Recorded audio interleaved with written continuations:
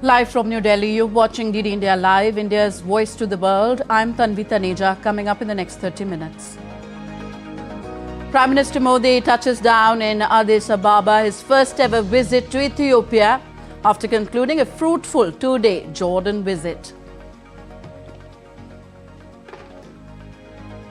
Europe to launch International Commission for Ukraine war damages at The Hague as hopes for a Ukraine-Russia peace deal rise after Berlin talks. External Affairs Minister Dr. S. Jaishankar holds bilateral consultations with Israel's Foreign Minister Gideon Saar in Jerusalem. And India remembers its brave soldiers on Vijay Divas, commemorating India's victory in the 1971 Bangladesh Liberation War. Defence Minister Rajnath Singh lays wreath at the National War Memorial.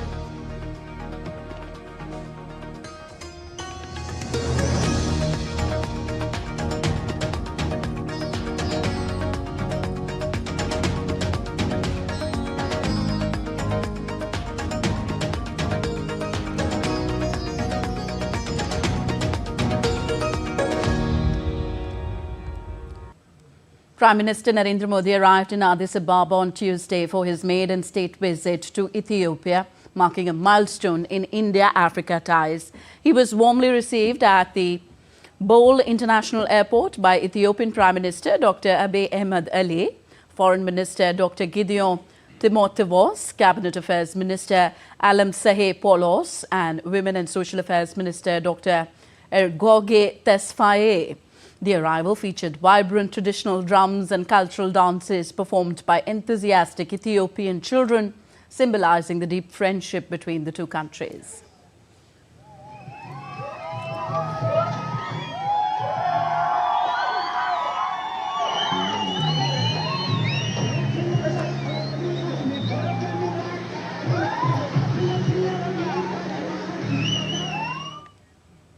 Prime Minister Modi arrived in Ethiopia on the second leg of his three-nation visit. The visit aims to strengthen bilateral ties by expanding trade and investment opportunities. DD India's Deepika spoke to India's ambassador to Ethiopia and the African Union a little earlier. This is the first visit by the Prime Minister Shri Narendra Modi ji to Ethiopia.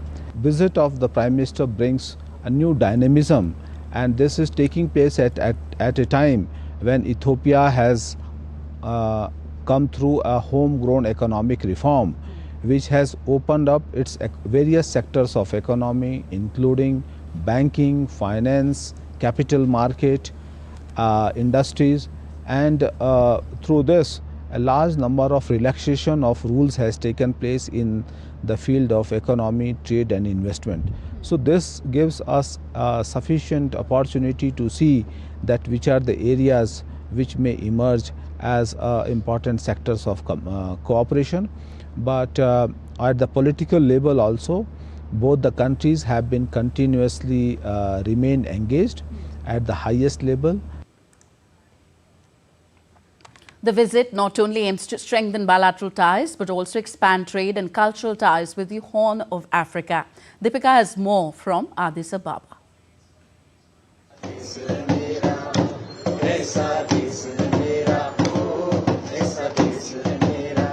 Prime Minister Narendra Modi is all set to visit Ethiopia, the land of origins, and the Horn of Africa on the 16th and the 17th of December 2025. This is the second leg of Prime Minister's visit after Jordan. Prime Minister Narendra Modi will hold wide-ranging discussions with Prime Minister Dr. Abiy Ahmed Ali on key aspects of India-Ethiopia bilateral ties. As partners in the Global South, the visit will be a reiteration of the shared commitment of the two nations to advance close ties of friendship and bilateral cooperation.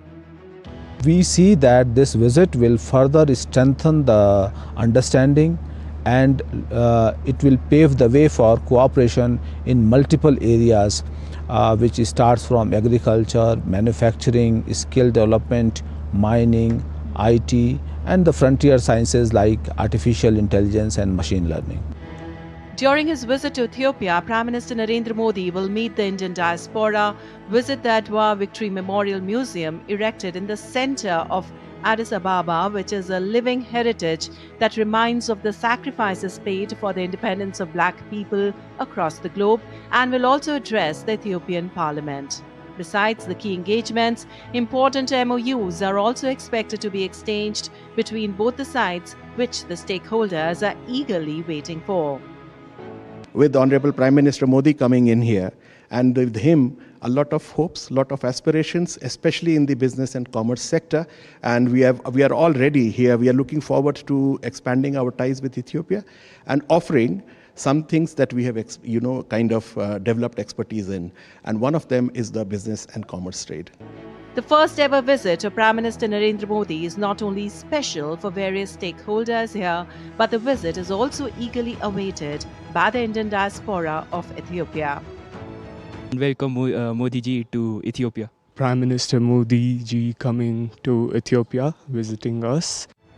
Prime Minister Narendra Modi's visit comes at a significant moment when Ethiopia has embarked on comprehensive economic reforms and are opening up key sectors, including the banking sector and the capital markets. With this visit, India seeks to align the development cooperation and economic engagement with Ethiopia's priorities, exploring new avenues for cooperation which are mutually beneficial to both the sides. Diplomatic ties, cultural exchanges, health diplomacy. We've seen it all flourishing between India and Ethiopia over the past several years, and now it's time to take it to another level as Prime Minister Narendra Modi is all set to visit Ethiopia for the first time ever at the invitation of Ethiopian Prime Minister Dr. Abiy Ahmed. Several key MOUs are to be exchanged. Prime Minister Narendra Modi will also address the Ethiopian Parliament, and along with that, he will also meet the Indian diaspora. We will keep updating you all from ground zero on what can we expect more as we witness India and Ethiopian relations flourishing to another level. With camera person Lalit, this is Deepika reporting from Adwa Victory Memorial, Addis Ababa, Ethiopia. More than 150 active companies are contributing to the economy of Ethiopia. Investments led by Indians in Ethiopia have resulted in increased job opportunities. And when it comes to women empowerment, India has become an inspiration for Ethiopia, giving more comfort, confidence and space to women entrepreneurs leading from the front as the voice of the Global South. DD India's Deepika had an interaction with the economic development expert, an Indian businesswoman in Ethiopia who threw light on these critical aspects. Ethiopia, the land of origins, the Horn of Africa, and share a very rich cultural tie with India. Not only the culture, but also the trade relations are expanding at a rapid level between India and Ethiopia. To discuss more on this aspect, we are now joined by Mr. Sunil, who is the economic development advisor. When we talk about it, more than 150 Indian companies are actively working in Ethiopia. How does that expand the contribution of India's trade ties with Ethiopia, and especially giving them more working opportunities? These 150 companies are offering 75,000 jobs to Ethiopians. That's one. Number two, they're contributing to the tax base here. We are one of the largest revenue generators for the country, and we are one of the highest taxpayers also. We are arguably the third largest investor in this country, and we are looking forward to grabbing the position number 2. And what we are seeing is the existing investors will be looking at expansion because of the reforms that have been set forth. We also have with us Ms. Maitri. When we talk about opportunities, women and trade, how do you see all three of them connecting here in Ethiopia through India? I think I would say that women empowerment goes hand in hand with this, at least in this country. This is what I have learned after coming here. I do come with Indian background. I'm very close to my Indian backgrounds. But when I came here, I realized that the culture here is such that women are not looked differently at all in the workspace. The working culture for women is very conducive. And it actually, like me being an outsider, but I'm not looked as an outsider here. With camera person Shubham and Lalit, this is Deepika reporting for DD India from Addis Ababa, Ethiopia. Yoga has become an integral part of Ethiopian citizens and their lifestyle. Born in India, this rich practice has transcended all boundaries to win everyone's heart, keeping their mind, body and soul attuned. As Prime Minister Narendra Modi is visiting Ethiopia, DD India's Deepika also had an exclusive interaction with Deborah, a yoga practitioner and health and wellness coach, who talked about the importance of yoga and how it weaves a heartwarming story of India and Ethiopia enveloped in rich cultural ties. Yoga, a practice that began in India but is followed worldwide. Right now we are in Ethiopia, and here we got in touch with Miss Deborah, who is a wellness coach, who is also a yoga practitioner. She teaches yoga and she's got many followers here as well in Ethiopia. Thank you so much for talking exclusively to DD India, Miss Deborah. Thank you so much for having me. Tell us about your inspiration of, teaching yoga. From where did you get the inspiration of teaching yoga and taking up yoga as one of the things that can dedicate your life and bring you to the aspects of life where you find yourself attuned to peace? I grew up with yoga. I grew up here in Ethiopia. I went to an Indian school, the Indian International School. So yoga was part of my life. We chanted in the morning before school started, and the Asatoma Satgamaya chant. So that's how we started our day at the school. How do you think yoga is, flourishing the ties between, strengthening rather the ties between India and Ethiopia in a much better way? The ties between India and Ethiopia has been a very long years of tie, but the yoga has been since the recent years, in the 2000s, and it has been growing. It's a very big community right now. All right. We also have with us the other people who really come here every day and practice yoga and make sure that they never miss it. Why do you think yoga is so important? It gives us like the whole day strength and wisdom to make my day peacefully and successfully. It's like for my food, I do every day in the morning yoga.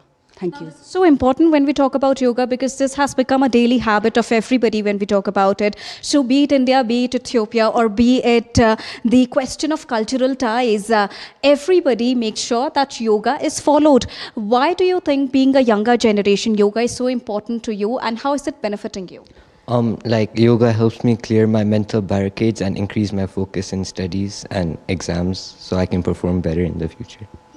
So there you heard from the followers, the practitioners of yoga, who say that yoga is not only for the well-being of one's mind, body and soul, but also to keep one healthy and keep one going through the daily activities of their life.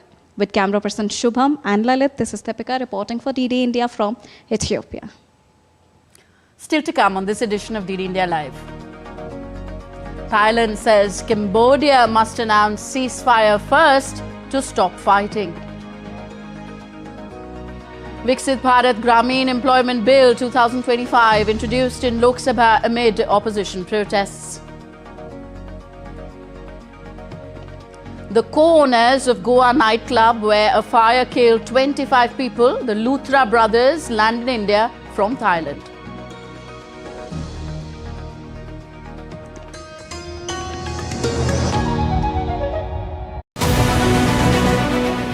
This week on Defense Dynamics, as Bangladesh eyes the Eurofighter, we decode the strategic message it sends across South Asia.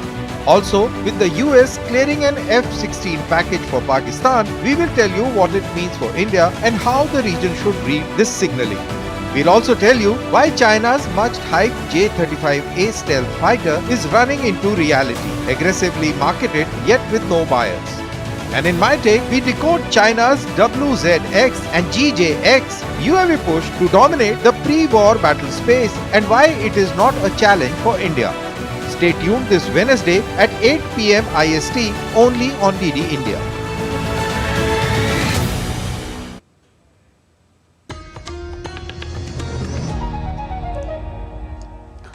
Welcome back. You're watching DD India Live. I am Tanvi Taneja. Prime Minister Narendra Modi concluded his immensely productive two-day visit to Jordan earlier on Tuesday. As he left Amman, he thanked King Abdullah II and the people of Jordan for their exceptional friendship, The Prime Minister said his discussion with the country's top leadership have strengthened the India-Jordan partnership across key areas such as that of renewable energy, water management, digital transformation, cultural exchanges and heritage cooperation.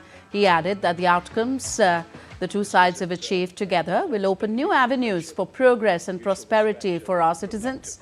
Prime Minister Modi also expressed gratitude towards Crown Prince Al Hussein bin Abdullah II for coming to the airport as he left Jordan.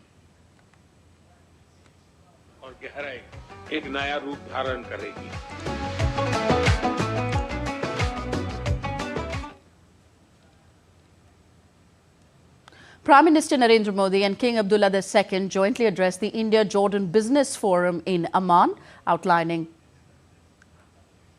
All right, let's go back to Ethiopia, where Prime Minister Narendra Modi is having a tete-a-tete with the Prime Minister of Ethiopia.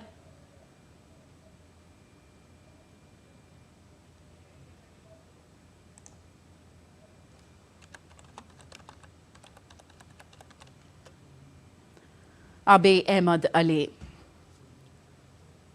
Abiy Ahmed Ali currently hosting Prime Minister Narendra Modi with the delicacies of the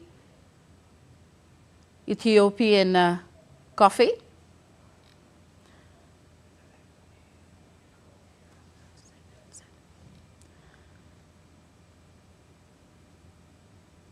So ahead of this visit, Prime Minister Narendra Modi said that he's looking forward to the opportunity to meet the top leadership of Ethiopia and the Indian diaspora living there.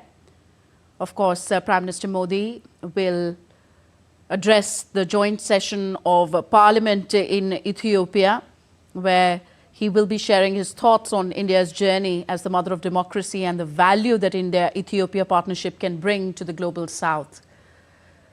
So currently, the Prime Minister of Ethiopia, Abiy Ahmed, giving a taste of Ethiopian coffee to the Indian Prime Minister. Addis Ababa is also the headquarters of the African Union. In 2023, during India's G20 presidency, the African Union was admitted as a permanent member of the G20. So, Prime Minister Narendra Modi is expected to hold detailed discussions with Dr. Abiy Ahmed Ali, and also will meet the Indian diaspora living in Addis Ababa later in the day.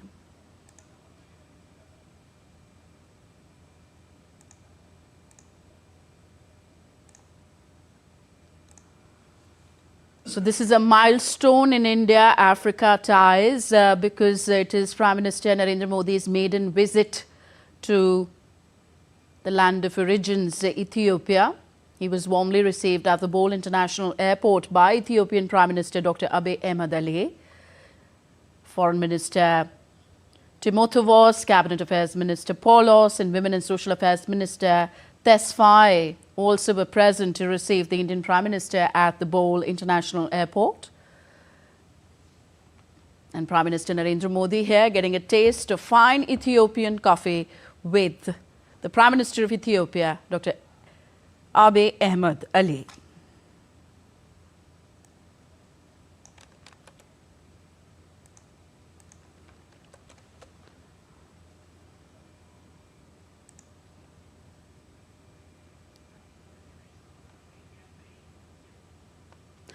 So, Prime Minister Narendra Modi and King Abdullah II of Jordan earlier on Tuesday jointly addressed the India-Jordan Business Forum in Amman, outlining a shared roadmap to deepen trade, investment and economic cooperation between the two countries. Here's what transpired.